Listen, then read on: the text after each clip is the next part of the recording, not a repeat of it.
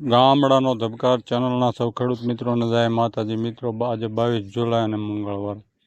હવામાનની વાત કરીશું, થોડું વધારે હવામાન વિશે પણ જાણીશું અને શું પરિસ્થિતિ છે, આવનારા સમયમાં શું થશે, ડબલ એન્જિન સિસ્ટમ આવે છે તેની વાત કરીશું. મિત્રો, વિડીયોને લાઈક કરજો અને હાઈપનું ઓપ્શન છે તે હાઈપ ખાસ કરજો અને કોમેન્ટ કરજો ક્યાંય વરસાદ ચાલુ થાય તો.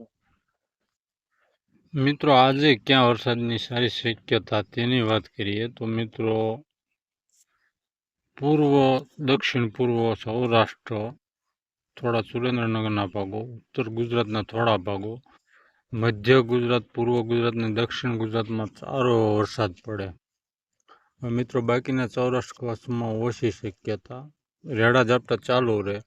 હવે એનું કારણ જોઈએ મિત્રો, 400 એસપીનો ભેજ બધો આ બાજુ આપણે જે વિસ્તારો ગણાવ્યા એ બાજુ ખસી ગયો. 850 એસપીએમાં હજી હાલ મોજૂદ છે ભેજ, પણ તે એટલું કામ આપતો નથી 700 એસપી જેટલું, અને આવતીકાલથી ફરી પાછો 700 એસપીમાં ઘટતો જાય છે, સાવ ઘટે છે. હવે મિત્રો, બીજું કે આપણે જે અત્યારે જોયું, બીજું આપણે વધારે જાણી લઈએ. થોડો વિડીયો લાંબો થાય પણ જોઈજો મિત્રો પૂરો, અને શેર કરજો, લાઈક કરજો અને હાઈપ આપજો, અને ખાસ લાઈક માથે ભાર મૂકું છું મિત્રો. હવે આપણે વધારે જાણીએ તો મિત્રો, અત્યારે માનો કે યુએસી છે જે દક્ષિણ ઓરિસ્સા અને આંધ્રપ્રદેશના કિનારે છે બંગાળની ખાડીમાં.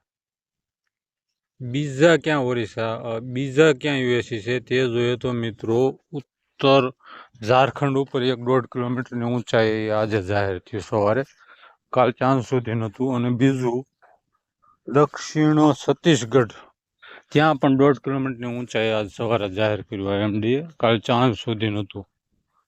એટલે મિત્રો, આપણે જોયું કે બંગાળની ખાડીમાં કોઈ સિસ્ટમ અત્યારે નથી બનેલી.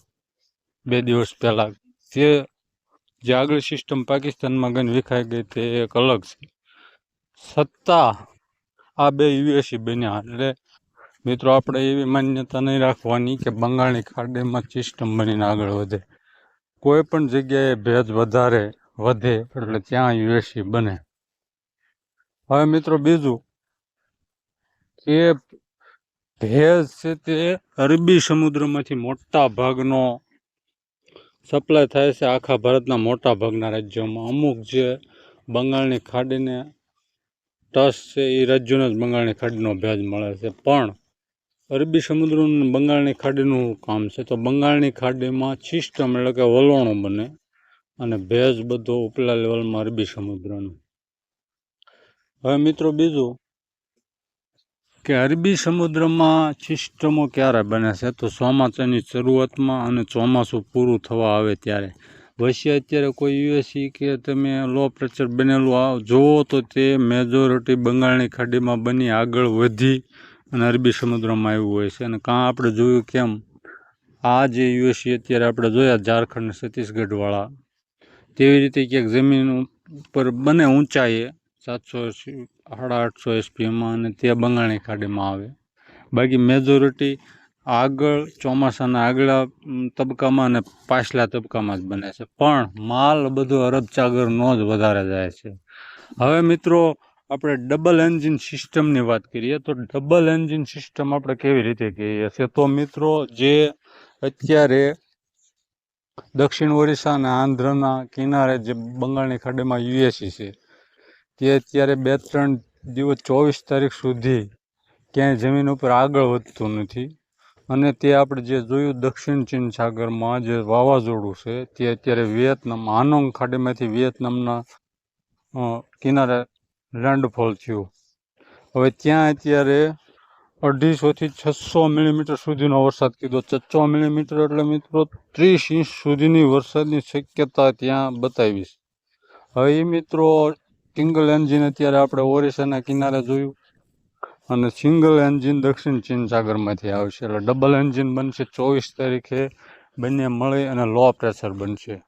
પણ તેના પણ રૂટમાં અલગ અલગ મોડલો અલગ અલગ બતાવી દેશે, પણ આઈએમડી પોઝિટિવ થયું છે 24-27માં તેને ભારે વરસાદ ગુજરાતમાં કહી દીધો છે.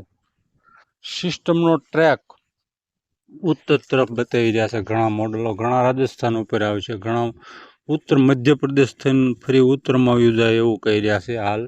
પણ સાનુકૂળ સ્થિતિ બધી આપણા માટે બનતી જાય છે. એનું કારણ છે 700 SPમાં ફરી 24 તારીખથી ભેજ વધે છે. પણ તે ક્યાં વધે છે?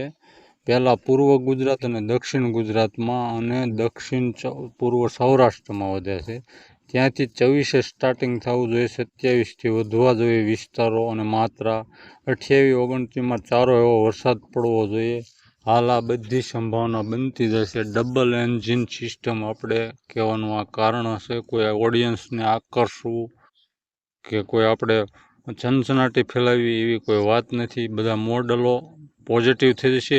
આડાવાળા 2-4 દિવસ હજી ચાલશે અને આ આવતીકાલથી આ રાઉન્ડમાં ઘણા ઘટાડો થઈ જશે. 700 SPનો ભેજ ઘટી ગયો છે, 850માં છે.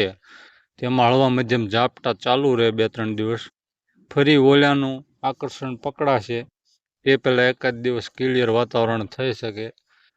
ચેનલની માહિતી સારી લાગે ચેનલને સબસ્ક્રાઈબ કરજો, વિડીયોને લાઈક કરજો અને હાઈપ આપજો ખાસ. જય માતાજી.